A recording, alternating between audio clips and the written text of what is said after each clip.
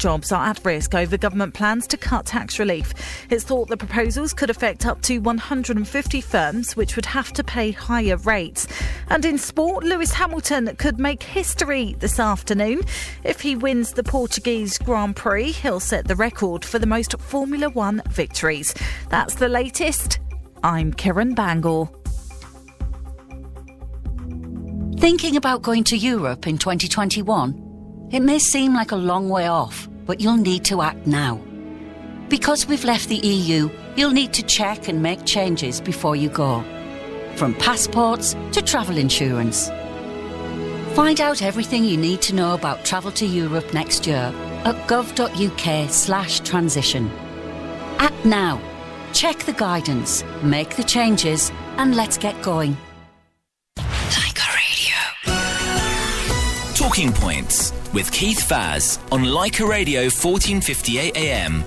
Good morning and welcome to Talking Points with me, Keith Faz. Thank you, Sonia, for a fascinating show. What an interesting discussion about why married men don't wear wedding rings. I thought, Sonia, you knew how to identify a married man. He gets up as soon as his wife enters the room and he salutes. Maybe I should phone in next week. Thank you for joining me on Leica Radio 1458 today, Sunday the 25th of October 2020. If you think it's either 9 a.m. in the morning or 11 a.m, you have forgotten to put your clock back, or you put it forward by 1 hour by mistake. On this day in 1616, the Dutch East India Company discovered Australia, and Dirk Hartog named his landing spot after himself. Imagine if we still called it by that name. Ladies and gentlemen, the Prime Minister of Dirk Hartog Island. Now tell me, do you recognise this sound?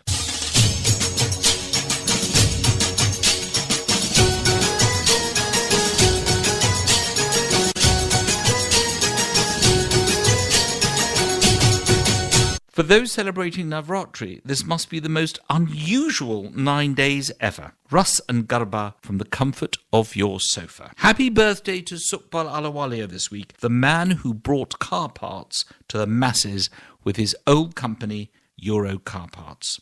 This week's Songs of the Week have been chosen by Lakshi Pathamaskaran, who got a first-class honours degree in law and is currently studying for the legal practice course at City University. She's a bubbly, outgoing person who loves spontaneous adventures and long drives. She joins me this morning from Woodford in Essex. Good morning, Lakshi. Good morning, Keith. Now tell me which songs you've chosen and who are they dedicated to? Song number 1 is Jalebi Bai from Double Dhamal. I dedicate this song to my aunt Mala because this is her all-time favourite song. Whenever I feel like I need a burst of energy, this song gives me exactly that. Wonderful, and that is exactly what we need on Sunday morning, a good burst of energy. What about your second song? Song number 2 is Tujh Mein Rab Dikhta Hai from Rab Ne Bana Jodi. I dedicate this song to my loving parents, Padman and Shivani. This song is such a beautiful melody, sung with such passion. My family and I could listen to this on repeat for days. Wonderful. We will listen to your songs with great interest. Thank you for joining us this Sunday morning and have a great Sunday, Lakshi. Thank you very much, Keith. You too.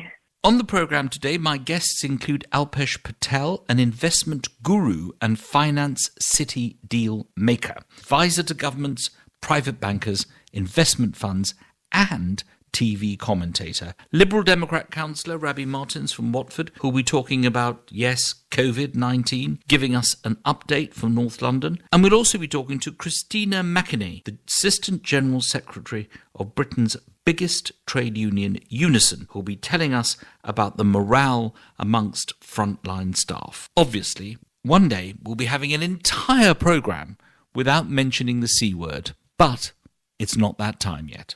Please stay tuned. This is Keith Faz on Leica Radio 1458. Leica Radio.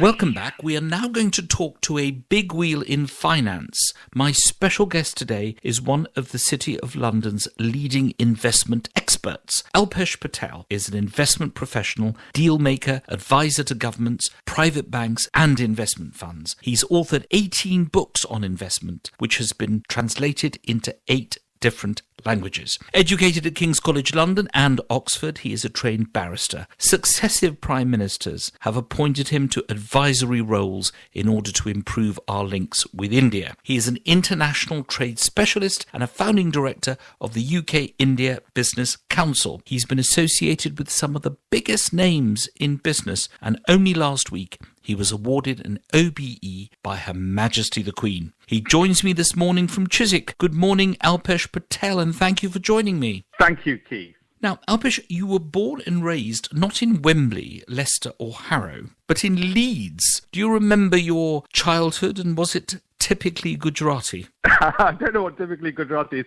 but yes, I was born in beautiful Leeds, and I have to say I'm a Yorkshireman first and British and Indian second. It was absolutely the happiest of childhood. There wasn't a silver spoon, but you'll know how it is when you're a child. None of those things matter. As long as you've got love of a large extended family. So if that's the Gujarati bit, then yes, no, very much so. And my grandmother, Sushalaben, who's no longer with us, but she raised me with my uncles and aunt, and of course my parents. And yes, it was just a joyous time to be in Leeds, and all the space and all the benefits you get by not being in London.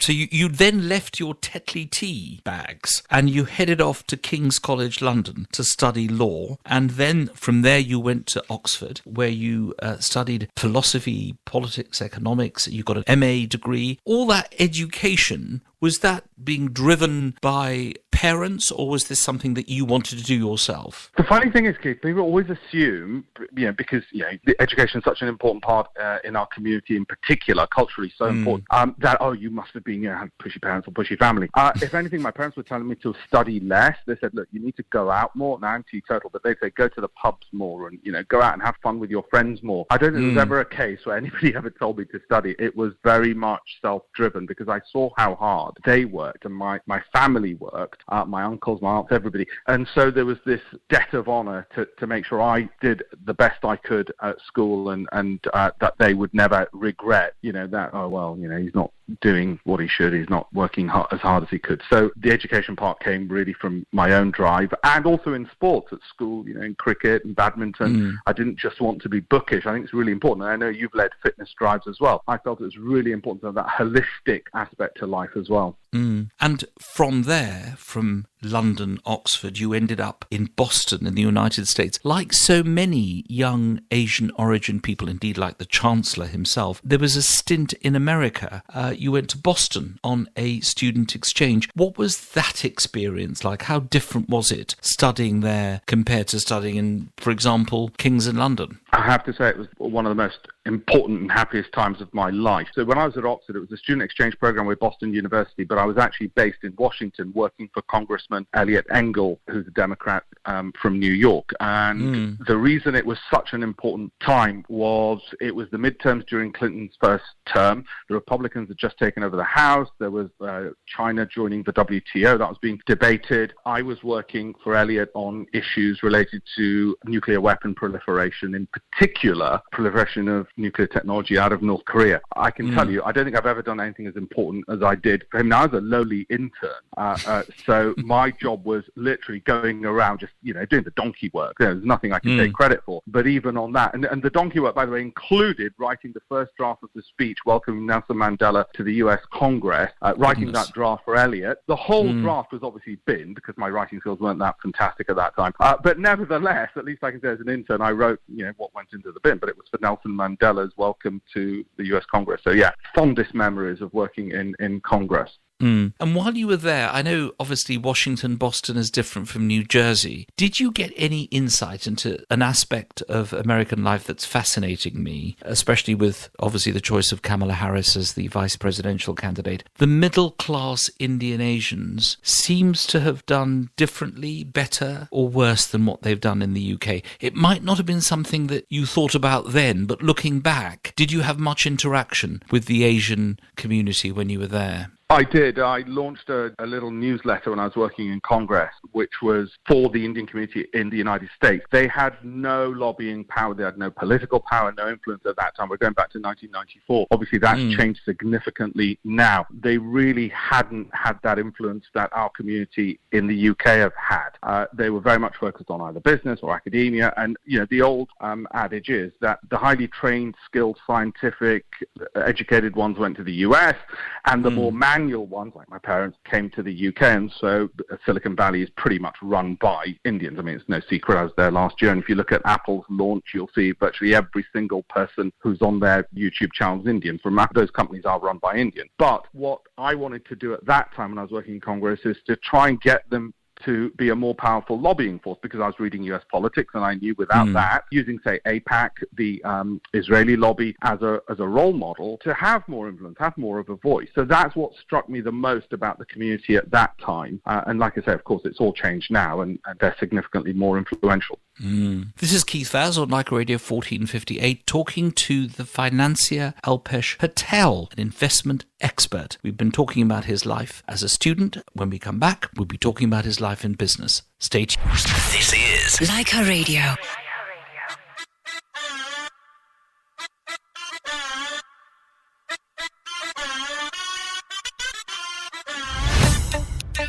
Keep doing it.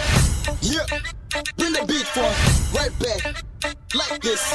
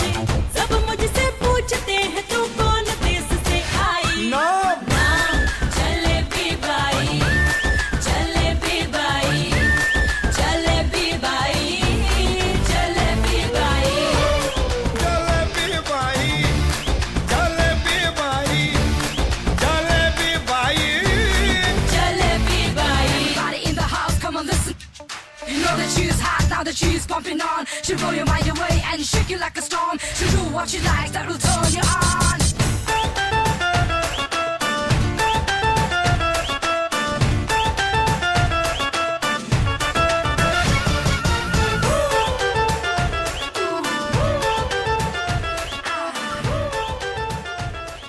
This is Talking Points with Keith Vaz on Leica Radio 1458 AM.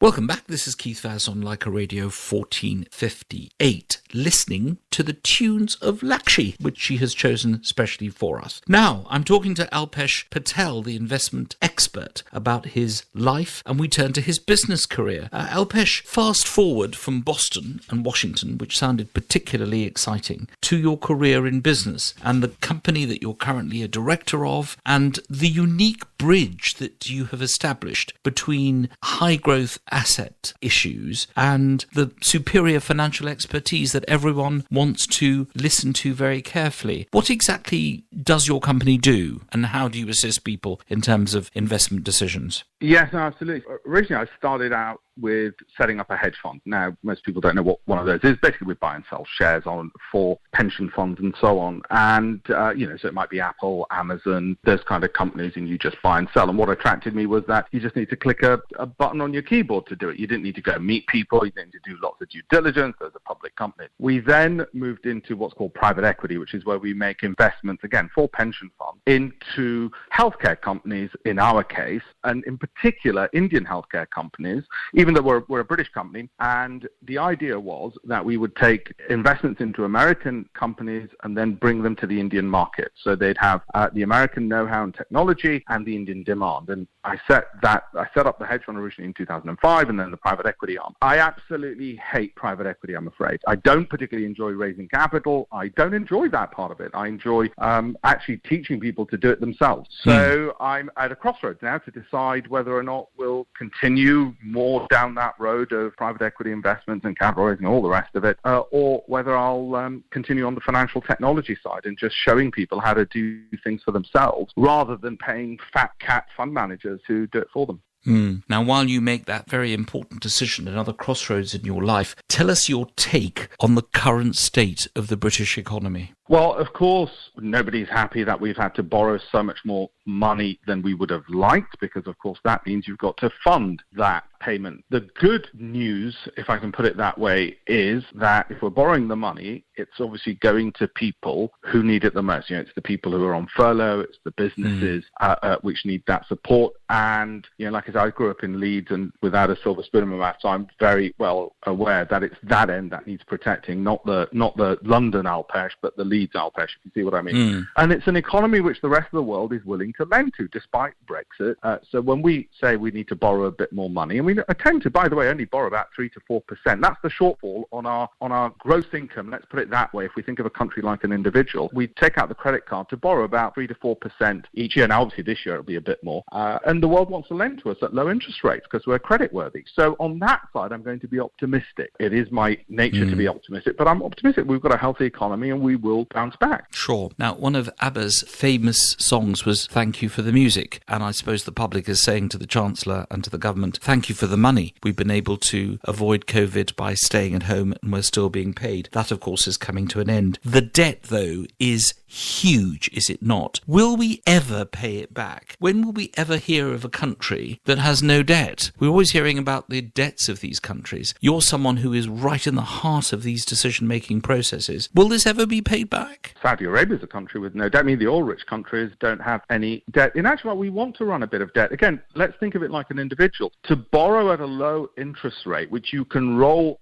forward, hopefully forever. It's not like they're going to come to my son, Rian, and say, right, pay the bill, mate. If you can roll it forward at a low level of interest and invest it, that's the important thing. Because in the past, governments have often spent the money on things which have not given a return on investment. So just like an individual or a family, if you borrow a little bit, not too much that you're paying so much in interest that you're crushing yourself, and you can invest it to create more income, so for instance infrastructure projects or into our education system so we get more skilled people in the workforce, then you get the payback through tax revenue later. That's the trick. And so you're right, we do have ever increasing levels of debt. We pay, however, about £44 billion in interest each year. Now, given that the government receives about 700 billion. Of course, 44 billion in one sense is large. In another, it's not. I'd wish it was smaller. But given we need to borrow, it's not all going into debt interest payments. Well, one final question in this section, which is for our listeners who have shares, and some of them will have got their own shares, this is their life savings. Is it a good time to buy or sell? It's always a good time to buy if you're buying the kinds of companies which, when the market falls, and we can't forecast when it will, and if it will, they will not fall as far and will rebound more and recover. So I say to people, if you put a gun to my head, I love Microsoft, Apple, Amazon. I still love those stocks. I like PayPal, but it's only suitable if you don't need the money tomorrow. If you can hold for the longer term, then of course you're reducing your risk. If you're going to need it in the short term, within 12 months, then the stock market's too risky. risky, but if you can invest for longer, then those companies are better. And I want British people to own international global stocks. They can put them in their SIPs and ISAs and save for their pensions. They don't realise this, that they can own American companies, which go up a lot more than British companies often do. But that's fine, because we've got Americans working for us. We bring the money to the UK and spend it in our local communities. Nothing wrong with that. Well, thank you for that advice. This is Keith Vaz on Leica Radio 1458, talking to the investment and finance expert Alpesh Patel. When we come back, I'm going to be talking to him about Brexit. Well, of course, we've had Brexit. We were out on the 31st of January, but the transition ends in just a few weeks' time. And also about his all-important role in building up links between Britain and India. Please join me after the... Hira Foods, with an array of spices, lentils, rice, nuts, flours and spice mixes to choose from. Whether you're cooking vegan, vegetarian or non-veg, you're sure to find delicious Hira ingredients. Hira Foods, king in quality, king in taste. London में पहली बार ऐसा कमाल, up to 26 items in Jalaram Thal. 11 से 4 बजे के बीच आइए और खाइए। Price from 599। चाहे तो पार्टी बुक कराइए। जलाराम थाल, स्वाद से मालामाल। 97 ailing road, Wembley. Phone 0208 903 5598। UK ਵਿੱਚ ਇੰਡੀਆ, ਪਾਕਿਸਤਾਨ ਤੇ ਬੰਗਲਾਦੇਸ਼ ਸਮੇਤ ਕਈ ਦੇਸ਼ਾਂ ਦੇ ਨਾਗਰਿਕ 1988 ਦੇ ਅੰਤ ਤੋਂ ਪਹਿਲਾਂ ਦੇ ਸੈਟਲ ਤਾਂ ਹਨ, ਪਰ ਸੰਭਾਵਨਾ ਹੈ ਕਿ ਉਹਨਾਂ ਕੋਲ ਇੱਥੇ ਰਹਿਣ ਤੇ ਕੰਮ ਕਰਨ ਦੇ ਕਾਨੂੰਨੀ ਅਧਿਕਾਰ ਨਾ ਹੋਣ। ਤਾਂ ਵਿੰਡਰਸ਼ ਸਕੀਮ ਤੁਹਾਨੂੰ ਇਹ ਕਾਗਜ਼ਾਤ ਦਿਵਾ ਸਕਦੇ ਹਨ, ਬਿਲਕੁਲ ਮੁਫਤ। ਪੇਪਰ ਨਾ ਹੋਣ ਕਰਕੇ ਜੇ ਤੁਸੀਂ ਨੌਕਰੀ, ਸਵਾਸਥ ਸੇਵਾ ਜਾਂ ਰਿਹਾਇਸ਼ ਦੇ ਅਫਸਰ ਗਵਾਏ ਹਨ ਤਾਂ ਵਿੰਡਰਸ਼ ਦੀ ਮਦਦ ਨਾਲ ਤੁਸੀਂ ਹਰਜਾਨੇ ਦੇ ਹੱਕਦਾਰ ਹੋ ਸਕਦੇ ਹੋ। ਜ਼ਿਆਦਾ ਜਾਣਕਾਰੀ ਲਈ ਵਿੰਡਰਸ਼ ਹੈਲਪ ਟੀਮ ਨਾਲ ਸੰਪਰਕ ਕਰੋ। Phone 0800 678 1925 or visit gov.uk/windrush-help-team. के का मतलब कीमत कम, के का मतलब क्वालिटी में दम, के का मतलब डिलीवरी एकदम। के furniture up to 70% off on sofas, dining, beds and bedroom furniture. Stores at Cricklewood, Harrow and Hitchin or visit kfurniture.co.uk. Leica Mobile offers unlimited international minutes including India, Australia, Canada, USA and many other countries. Unlimited 4G data, unlimited UK minutes, unlimited UK texts. EU roaming available. Only £35 per month. For more information, visit leicamobile.co.uk. T's and C's apply. Tilda Rice sponsor the Navratri Garba every day 8 to 9 p.m. on Leica Radio. Tilda Rice, celebrating 50 years of delivering finest quality rice thanks to you.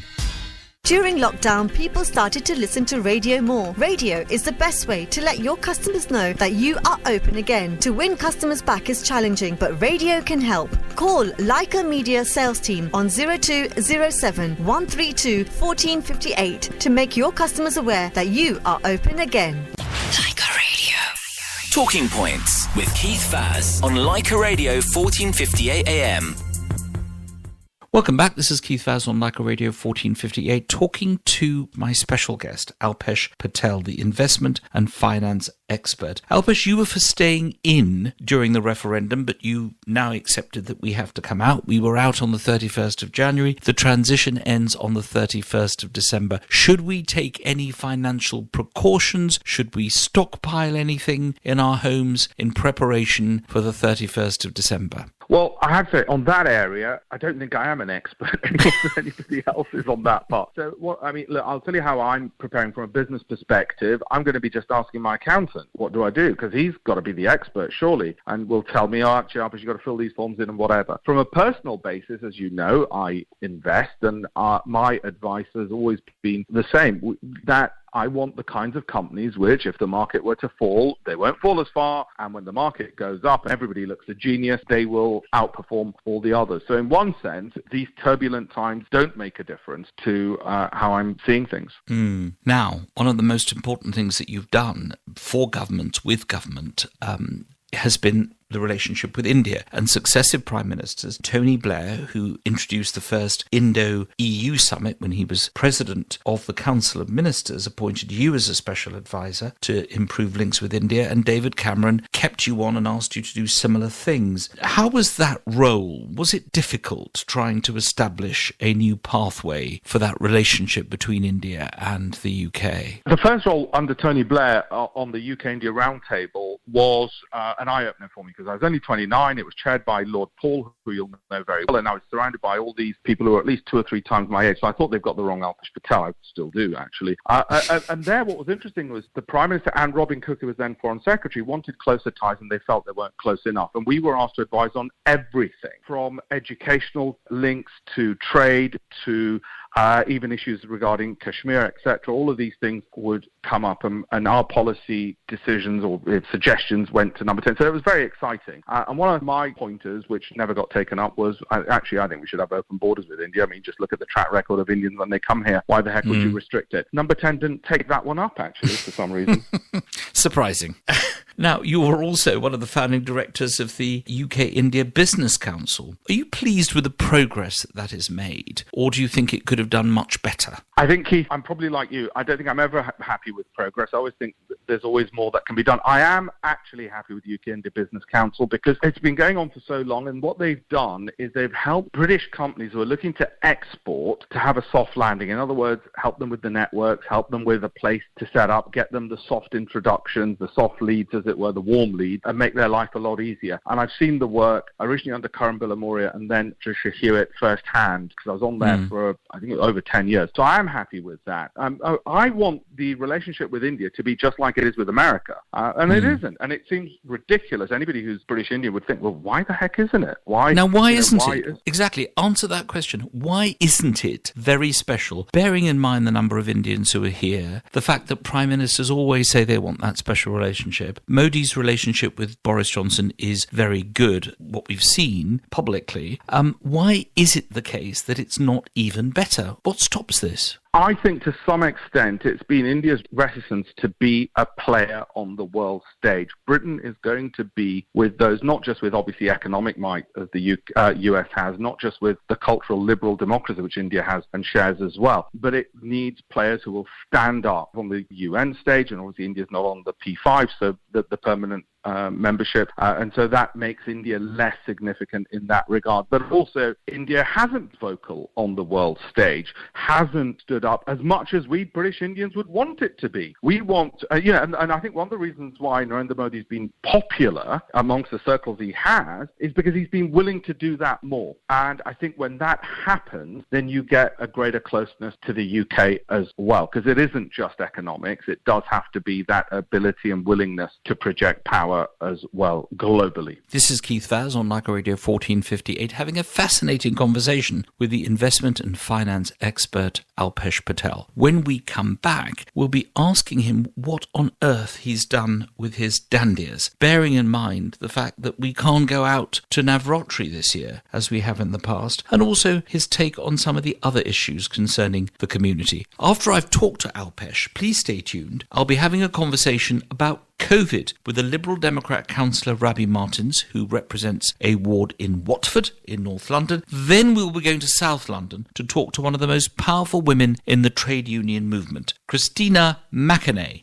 the Assistant General Secretary of Unison, Britain's biggest trade union that represents hundreds of thousands of black, Asian and ethnic minority frontline staff. So please stay tuned. Leica Radio.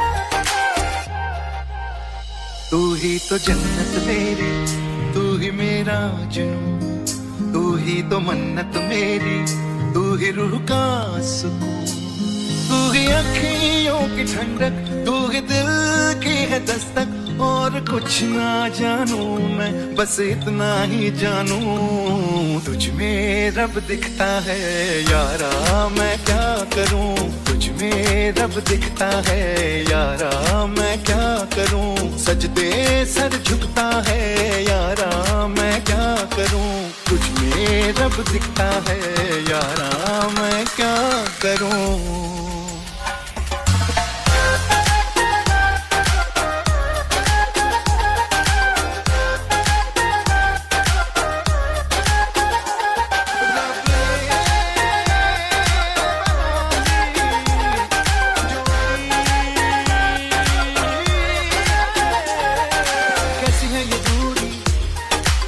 सी मजबूरी मैंने नजरों से तुझे छू लिया ओहो कभी तेरी खुशबू कभी तेरी बातें बिन मांगे ये जहां पा लिया तू ही दिल की है रौनक तू ही जन्मों की दौलत और कुछ ना जानू बस इतना ही जानू तुझ में रब दिखता है यारा मैं क्या करूं तुझ में रब दिखता है यारा मैं क्या करूं सजदे सर झुकता है यारा मैं क्या करूं तुझ में रब दिखता है यारा मैं क्या करूं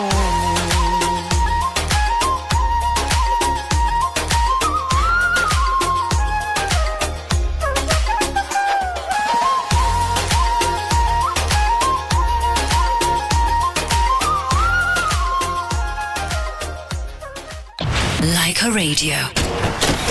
Leica Radio. Travel update.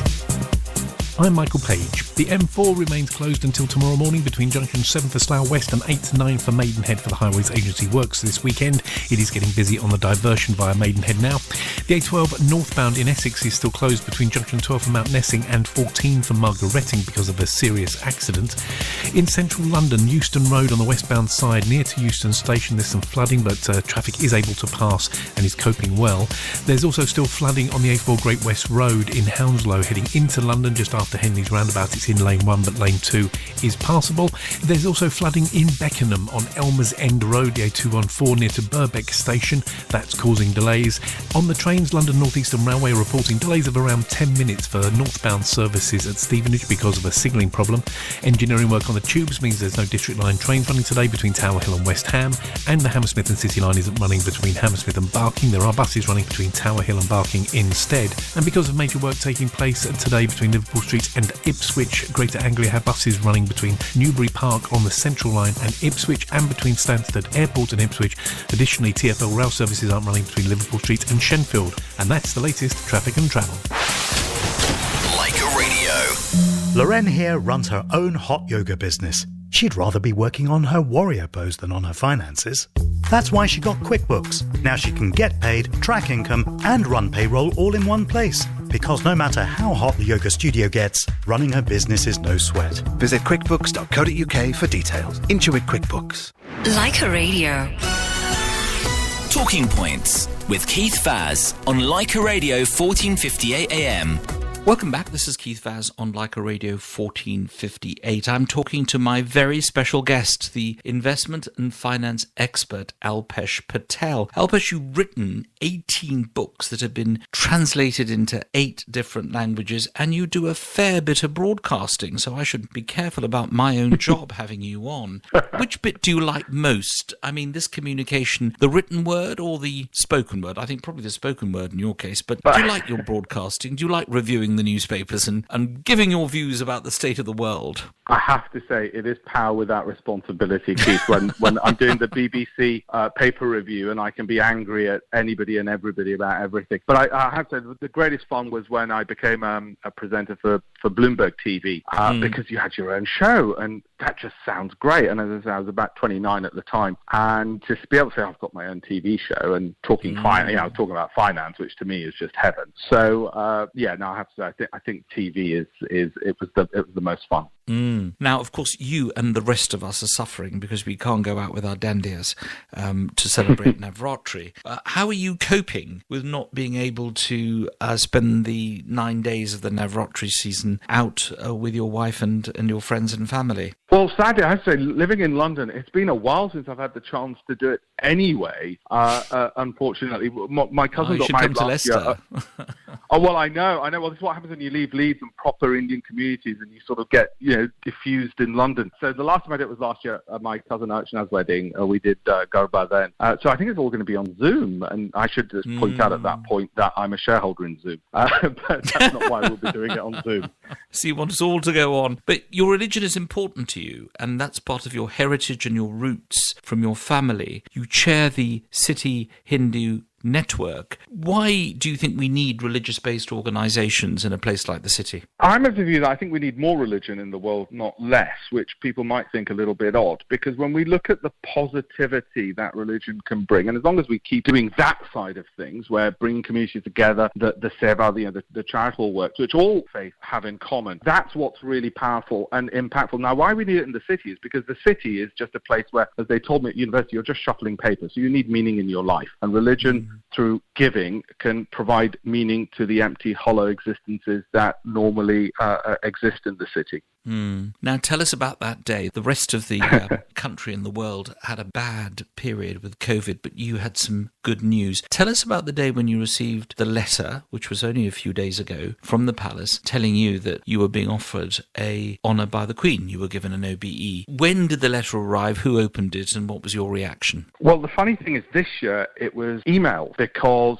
and I assume the government didn't want to be troubling postmen with extra deliveries given COVID. So it was actually an email, and I was on a, would you believe, a Zoom call, and this email comes in, and I'm sort of reading it, and because I still do a lot of work with the government, I'm one of the government's deal makers, so it's one of those government roles where I look to bring technology companies to the UK. I just thought it's one of my sort of regular government emails and so on, so it didn't really register, and I kept talking, and then my talking became more slurred I think my people on the Zoom call started realising that he's actually not listening to us, really.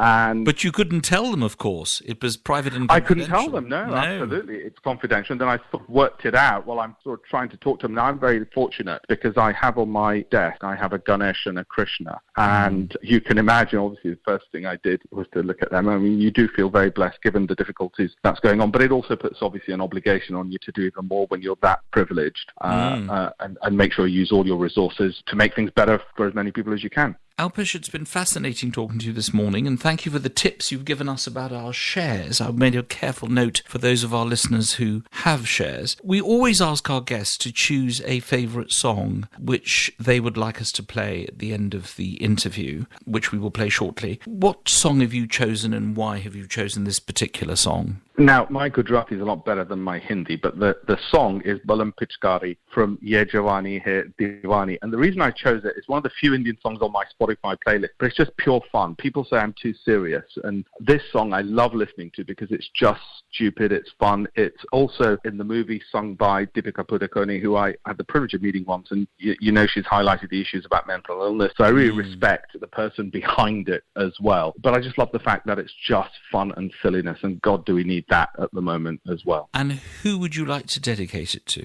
Well, it's got to be my wonderful, wonderful wife, who, after 7 years of marriage, just said to me 3 days ago, she looked at me and she said, "Do you know, I'm glad I married you." And I thought, I'm doing well if after 7 years I get that. And my son, Rian, who is going to play for England one day. He's only 2.5 at the moment, but he's going to play for England in football one day. Of course, absolutely. Which team do you think you'd like him to play for? Which club team would you like him to play for?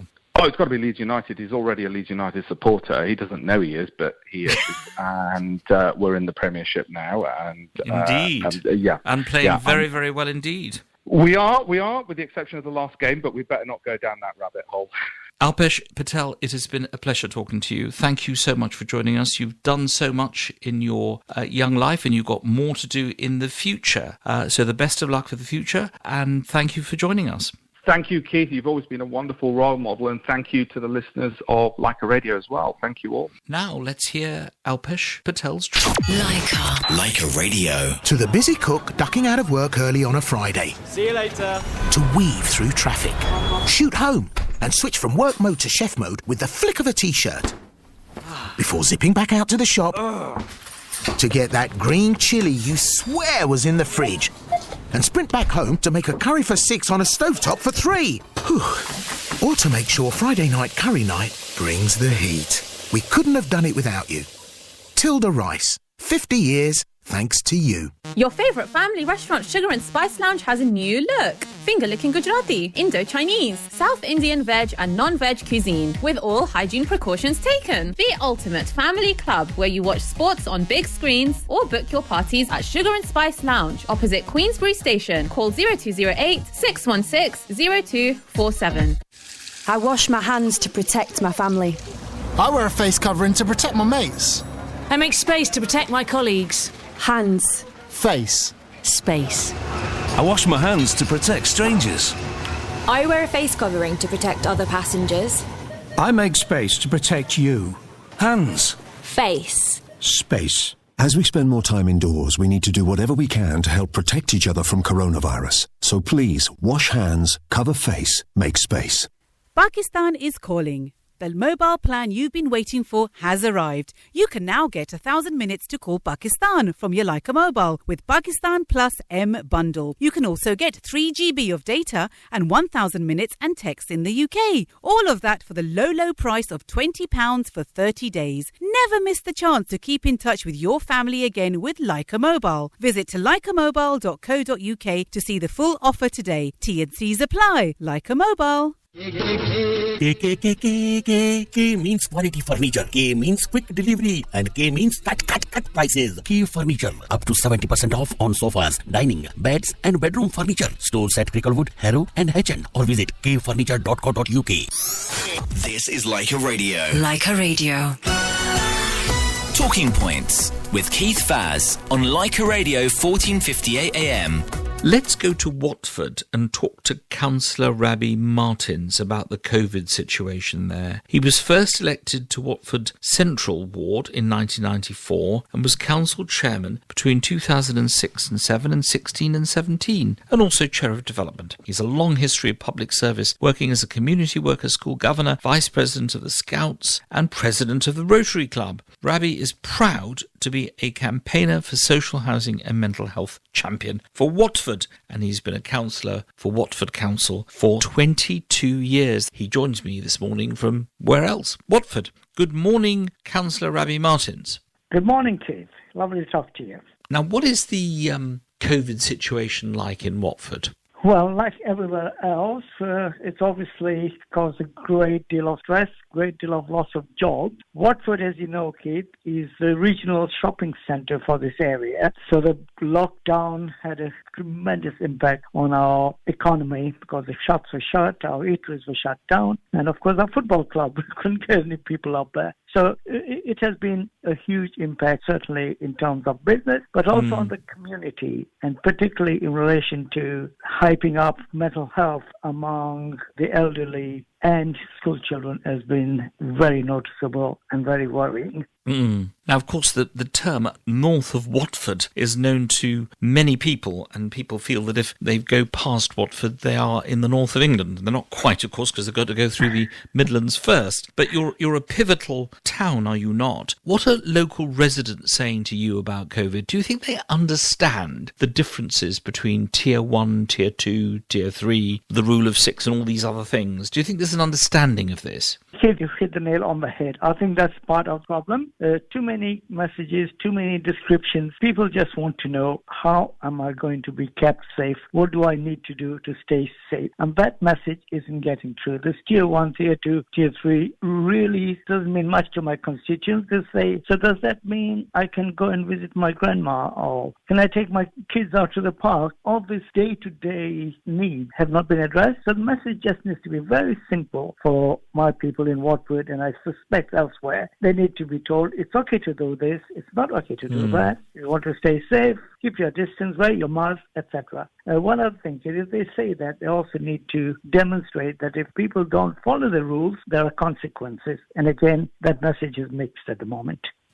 Obviously, one area that is particularly affected, we've heard about this constantly, is the hospitality industry, and they are really suffering. Businesses have had some support from the government, but as soon as furlough is coming to an end and the rebates are coming to an end, it's going to be a problem. Do you think that this is still a real issue for local businesses? Oh, very much so, yes. To be fair, the government did help, and that did play a small part. But what I'm being told by my constituents and constituent businesses, the impact on the public is that they're still nervous about going out. They're still not prepared to spend because they don't know what's going to happen to their jobs, etc. So yes, it's a huge, huge problem and won't be fixed very quickly. And I think our people know that. And of course, all this talk of a possible second hype is not helping. Finally, Councillor Rabi Martins, you've been on the council in Watford now for 22 years. That's about a generation. Are you still enjoying it?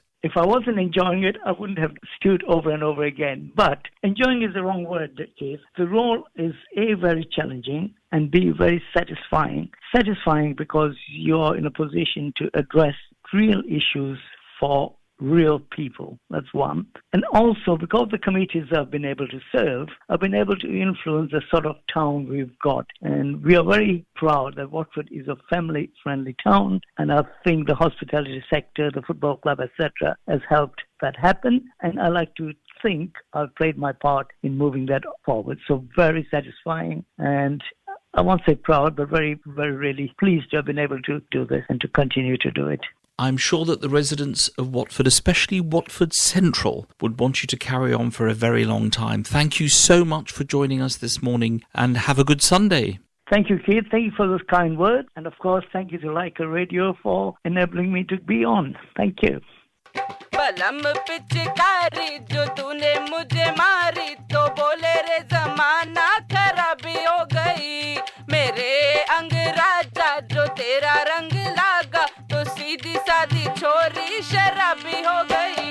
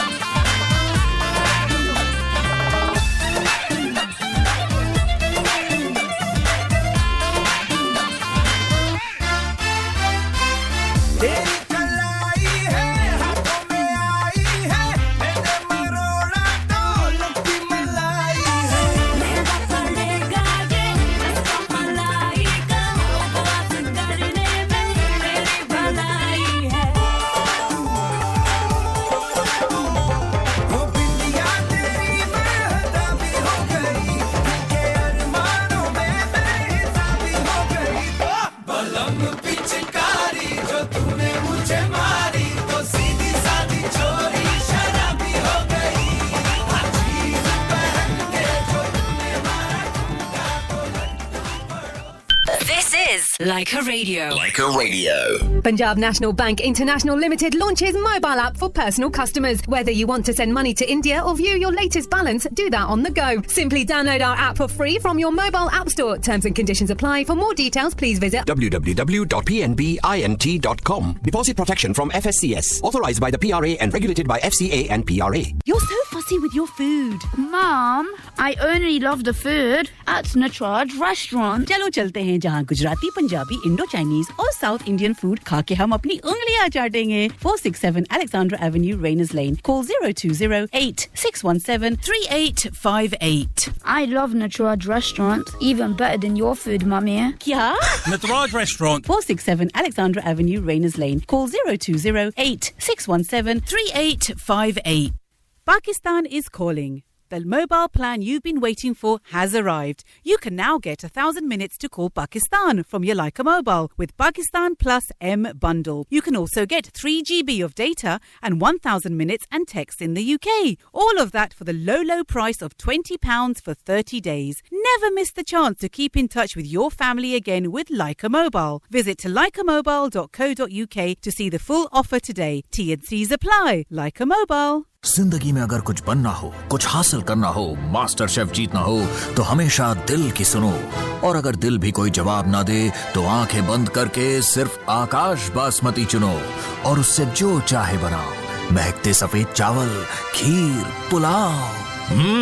कभी कभी घर के बच्चे घर के बड़ों को सही बासमती दिखा देते हैं। Akash Basmati, finest quality aromatic rice. It's really good. Businesses who deal with Europe, listen up. Time is running out. You've got new rules coming in on the 1st of January 2021. That's just round the corner. And getting ready can take longer than you think. These things always do. I know it's been a tough old year, but the countdown to the 1st of January has started. Don't get left behind. Start now at gov.uk/transition. Check, change, go. के का मतलब कीमत कम, के का मतलब quality में दम, के का मतलब डिलीवरी एकदम। के furniture up to 70% off on sofas, dining, beds and bedroom furniture. Stores at Cricklewood, Harrow and Hitchin or visit kfurniture.co.uk. Leica Radio. Finally, do you remember how we used to come out of our homes every Thursday to applaud our health workers? That's stopped now, but the work of our frontline health workers, many of them from the ethnic minority communities, goes on. Let's talk to Christina McAnee, the Assistant General Secretary of Unison, Britain's biggest trade union, with hundreds of thousands of BAME health workers. Born in Glasgow, she's risen through the ranks to become the union's chief negotiator, responsible for all bargaining and, very importantly, the union's equalities work. Christina has led Unison's response to COVID-19. She's brought the demands for PPE to the heart of government and insisted on greater protection for Black, Asian, low-paid and disabled workers, the worst affected in the first wave of the pandemic. She joins me this morning from South London. Good morning, Christina. Good morning, Keith. Thank you for having me on the show. Now, how are frontline workers coping with COVID-19?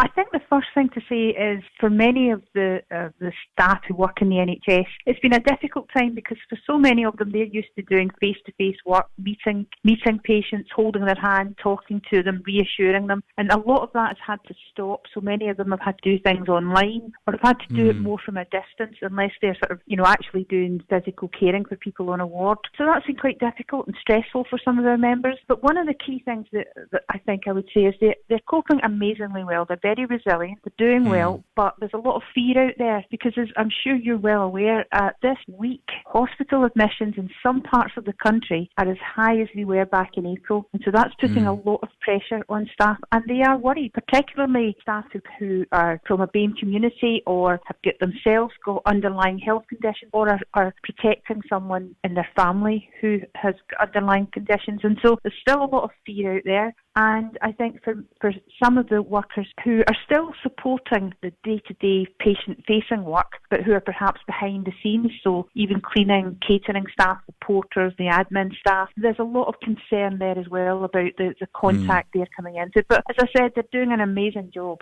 Do you think that enough is being done to provide them with protective equipment that they obviously so desperately need?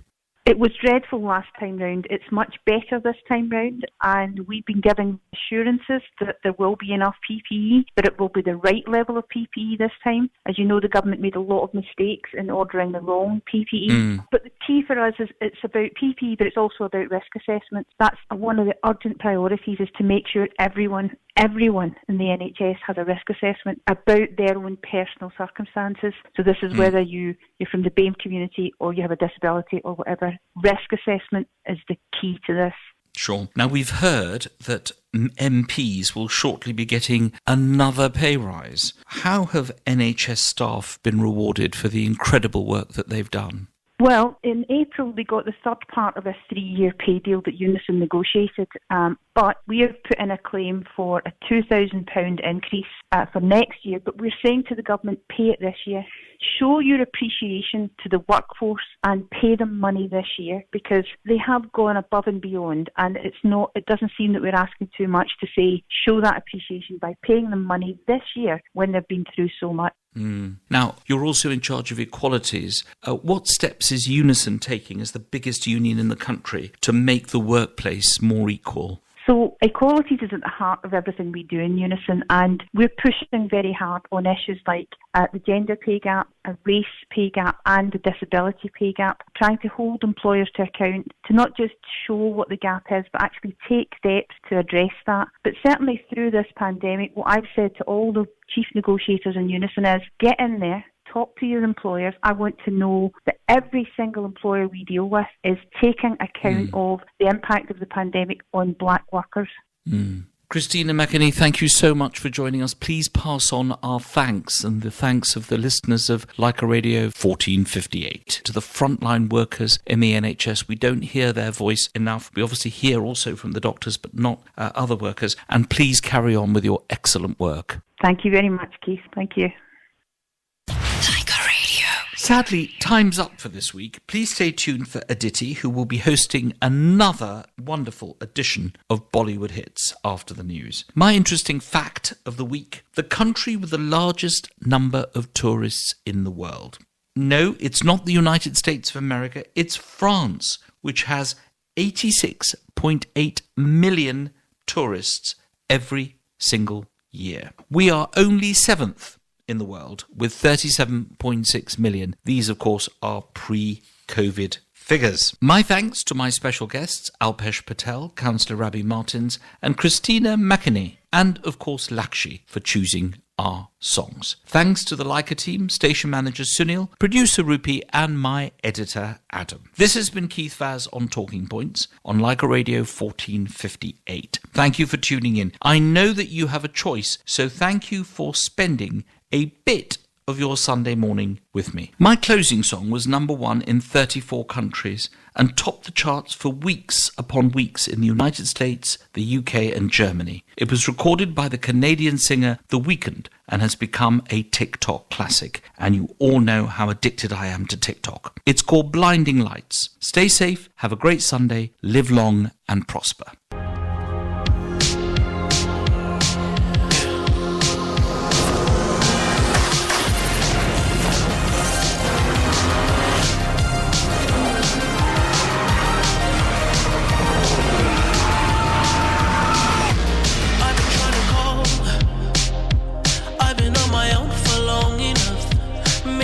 Show me how to love.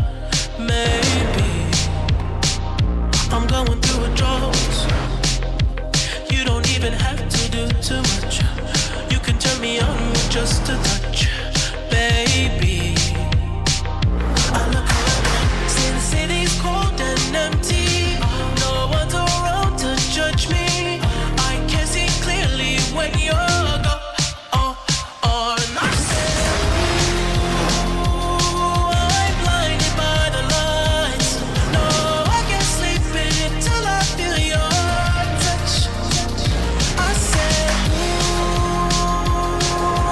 Try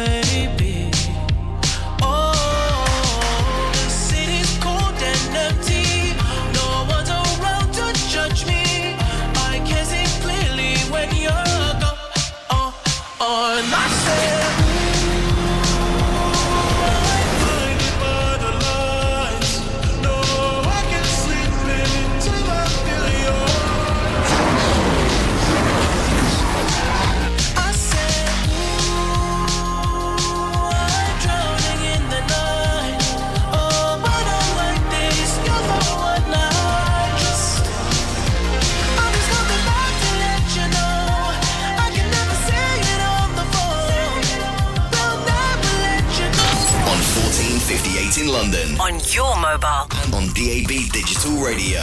This is Leica Radio. From the Sky News Centre at 11, a senior Conservative MP is urging the head of NHS Test and Trace, Baroness Dido Harding, to quit. She's been a tremendous asset, but the test and trace capability clearly needs to move up several gears, and it's what leadership does, not who leadership is, that really matters. Sir Bernard Jenkin, who's the chair of the Parliamentary Liaison Committee, says he thinks there is a lack of an overall strategy, but the government insists Baroness Harding has done an incredible job and doesn't think she should be sacked. A Labour frontbencher says it's not going to give up on our young people and children who are going to bed hungry. The party wants another vote on whether free school meals in England should be extended after MPs rejected a proposal to continue them into half-term. More than 50,000 people have now signed a petition calling for a ban on Welsh supermarkets selling non-essential items to be reversed. The First Minister's already confirmed that will be reviewed after shoppers who are under lockdown rules raised concerns. Turkey's president is claiming Emmanuel Macron needs mental health treatment over his attitude towards Muslims. The comments have led France to recall its ambassador, with officials there describing the remarks as unacceptably rude. In sport, Celtic can move within a point of Rangers at the top of the Scottish Premiership this lunchtime, if only for a few hours. They play Aberdeen before their Glasgow rivals host Livingston. Neil Lennon's side are aiming to avoid their third defeat in a row. We're not used to back-to-back defeats, so it's important that we get back to winning ways.